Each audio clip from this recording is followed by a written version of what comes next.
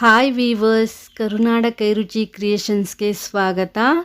ನಾನಿವತ್ತು ಆಲೂಗಡ್ಡೆ ಫ್ರೈನ ಮಾಡ್ತಾ ಇದ್ದೀನಿ. ಕ್ವಿಕ್ಕಾಗಿ ಮಾಡ್ಬೋದು, ತುಂಬಾ ರುಚಿಯಾಗಿರುತ್ತೆ.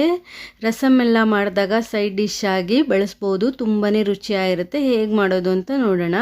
ನಾನಿಲ್ಲಿ ಮೀಡಿಯಮ್ ಸೈಜ್ದು 2 ಆಲೂಗಡ್ಡೆನ ದಪ್ಪವಾಗಿ ಕಟ್ ಮಾಡಿ ಇಟ್ಕೊಂಡಿದ್ದೀನಿ. ಹಾಗೆ ಸ್ಟವ್ ಮೇಲೆ ಒಂದು ಪ್ಯಾನ್ನ ಇಟ್ಕೊಂಡಿದ್ದೀನಿ. ಪ್ಯಾನ್ ಕಾದ ನಂತರ ನಾನೀಗ ಇದಕ್ಕೆ ಒಂದು 3 ಚಮಚ ಆಗೋಷ್ಟು ಎಣ್ಣೆನ ನಾನಿಲ್ಲಿ ಸೇರಿಸ್ಕೊಳ್ತಾ ಇದ್ದೀನಿ. ನಾನಿಲ್ಲಿ ದಪ್ಪ ಚಮಚದಲ್ಲಿ 3 ಚಮಚ ಎಣ್ಣೆನ ತೆಗೆದುಕೊಂಡಿದ್ದೀನಿ. ಎಣ್ಣೆ ಕಾದ ನಂತರ 1 ಚಮಚ ಜೀರಿಗೆ, ಹಾಗೆ 1 ಸಣ್ಣ ಈರುಳ್ಳಿನ ಸ್ಲೈಸ್ ಆಗಿ ಹೆಚ್ಚಿ ಸೇರಿಸ್ಕೊಂಡು ಫ್ರೈ ಮಾಡ್ಕೊಳ್ತಾ ಇದ್ದೀನಿ. ಈರುಳ್ಳಿ ಸ್ವಲ್ಪ ಕಂದು ಬಣ್ಣಕ್ಕೆ ಟರ್ನ್ ಆಗಬೇಕು, ಅಲ್ಲಿವರೆಗೂ ಫ್ರೈ ಮಾಡ್ಕೊಳ್ಳಿ. ಈರುಳ್ಳಿ ಇಲ್ಲಿ ಆಪ್ಷನಲ್ಲು, ಬೇಕಿದ್ರೆ ಹಾಕ್ಬೋದು ಅಥವಾ ಸ್ಕಿಪ್ ಮಾಡ್ಬೋದು. ಸ್ವಲ್ಪ ಕರಿಬೇವನ್ನ ನಾನಿಲ್ಲಿ ಸೇರಿಸ್ಕೊಂಡಿದ್ದೀನಿ. ಸೈಡ್ ಡಿಶ್ ಆಗಿ ತಿನ್ನೋದಕ್ಕೆ ತುಂಬಾ ಚೆನ್ನಾಗಿರುತ್ತೆ. ಹಾಗೆ ಚಪಾತಿಗೂ ಒಳ್ಳೆ ಕಾಂಬಿನೇಷನ್ ಅಂತಲೇ ಹೇಳ್ಬೋದು. ಇದ್ರ ಜೊತೆಗೆ ನಾನು ಆಲೂಗಡ್ಡೆನೂ ಸಹ ಸೇರಿಸ್ಕೊಳ್ತಾ ಇದ್ದೀನಿ. ಈರುಳ್ಳಿ ಫ್ರೈ ಮಾಡ್ಕೊಂಡ ನಂತರ ನಾನು ಕಟ್ ಮಾಡಿಕೊಂಡು ನೀರಲ್ಲಿ ಇಟ್ಕೊಂಡಿರೋ ಆಲೂಗಡ್ಡೆನ ತೆಗೆದು ಸೇರಿಸ್ಕೊಂಡು ಫ್ರೈ ಮಾಡ್ಕೊಳ್ತಾ ಇದ್ದೀನಿ.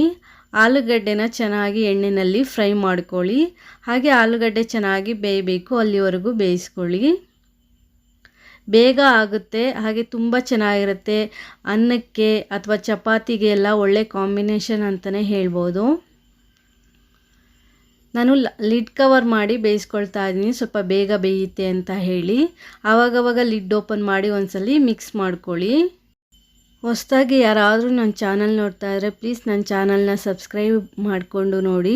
ಹಾಗೆ ಪಕ್ಕದಲ್ಲಿರುವಂಥ ಬೆಲ್ ಐಕನ್ನ ಕ್ಲಿಕ್ ಮಾಡಿ ಆಲ್ ಬಟನ್ನ ಒತ್ತಿ ನೆಕ್ಸ್ಟ್ ಹಾಕೋ ವಿಡಿಯೋ ನೋಟಿಫಿಕೇಷನ್ಗಾಗಿ. ನಾವು ಯಾವುದೇ ವಿಡಿಯೋ ಹೊಸದಾಗಿ ಹಾಕಿದರೆ ಆ ವಿಡಿಯೋ ನೋಟಿಫಿಕೇಷನು ಮೊದಲು ನಿಮಗೆ ಬರುತ್ತೆ. ಆಲೂಗಡ್ಡೆ ಬೆಂದ ನಂತರ ನಾನೀಗ ಇದಕ್ಕೆ ರೆಡ್ ಚಿಲ್ಲಿ ಪೌಡರ್ನ ಸೇರಿಸ್ಕೊಳ್ತಾ ಇದ್ದೀನಿ. 1/4 ಚಮಚ ಜೀರಿಗೆ ಪುಡಿ, 1/4 ಚಮಚ ಗರಂ ಮಸಾಲ, ಹಾಗೆ 1/4 ಚಮಚ ಧನಿಯಾ ಪುಡಿನ ನಾನಿಲ್ಲಿ ಸೇರಿಸ್ಕೊಂಡು ಚೆನ್ನಾಗಿ ಮಿಕ್ಸ್ ಮಾಡ್ಕೊಂಡಿದ್ದೀನಿ. ಇದಕ್ಕೆ ಹೆಚ್ಚು ಮಸಾಲೆ ಏನೂ ಸೇರಿಸಲ್ಲ. ಇದು ಡ್ರೈ ಆಗಿ ಫ್ರೈ ಮಾಡ್ಕೊಳ್ತಾ ಇರೋದ್ರಿಂದ ನಾನು ಇಷ್ಟೇ ಇಂಗ್ರೀಡಿಯೆಂಟ್ಸ್ನ ಸೇರಿಸ್ಕೊಂಡಿರೋದು. ಹಾಗೆ ರುಚಿಗೆ ತಕ್ಕಷ್ಟು ಉಪ್ಪನ್ನು ಸಹ ನಾನಿಲ್ಲಿ ಸೇರಿಸ್ಕೊಳ್ತಾ ಇದ್ದೀನಿ. ಈ ರೀತಿ ಚೆನ್ನಾಗಿ ಫ್ರೈ ಮಾಡಿ ಇಟ್ಕೊಂಡ್ರೆ ಒಂದು 2 ಡೇಸ್ ಇಟ್ಕೊಂಡು ಸಹ ತಿನ್ಬೋದು, ತುಂಬ ಚೆನ್ನಾಗಿರುತ್ತೆ. ಇದನ್ನ ಮಸಾಲೆ ಜೊತೆ ಬೇಯೋದಕ್ಕೆ ಬಿಟ್ಬಿಡಿ. ಒಂದು 2 ರಿಂದ 3 ನಿಮಿಷ ಚೆನ್ನಾಗಿ ಮೀಡಿಯಮ್ ಊರಿನಲ್ಲಿ ಬೇಯಿಸ್ಕೊಳ್ಳಿ. ಮಸಾಲೆ ಹಾಕಿದ ನಂತರ ಫ್ಲೇಮ್ನ ಫುಲ್ಲು ಲೋನಲ್ಲಿ ಇಟ್ಕೊಂಡು ಮಾಡ್ಕೊಳ್ಳಿ. ನೋಡಿ, ಇವಾಗ ರೆಡಿ ಆಗಿದೆ ಪಲ್ಯ. ನಾನು ಆಫ್ ಮಾಡಿಬಿಟ್ಟು ಸರ್ವ್ ಮಾಡ್ತೀನಿ. ತುಂಬ ಚೆನ್ನಾಗಿರುತ್ತೆ. ನೀವು ಒಂದ್ಸಲ ಟ್ರೈ ಮಾಡಿ ನೋಡಿ, ಹೇಗಾಗಿದೆ ಅಂತ ಕಮೆಂಟ್ ಮಾಡಿ ತಿಳಿಸಿ. ಹಾಗೆ ನನ್ನ ಈ ವಿಡಿಯೋ ಇಷ್ಟ ಆದರೆ ಲೈಕ್ ಮಾಡಿ, ಶೇರ್ ಮಾಡಿ, ಕಮೆಂಟ್ ಮಾಡಿ. Thanks for watching this video. Take care. Have a nice day.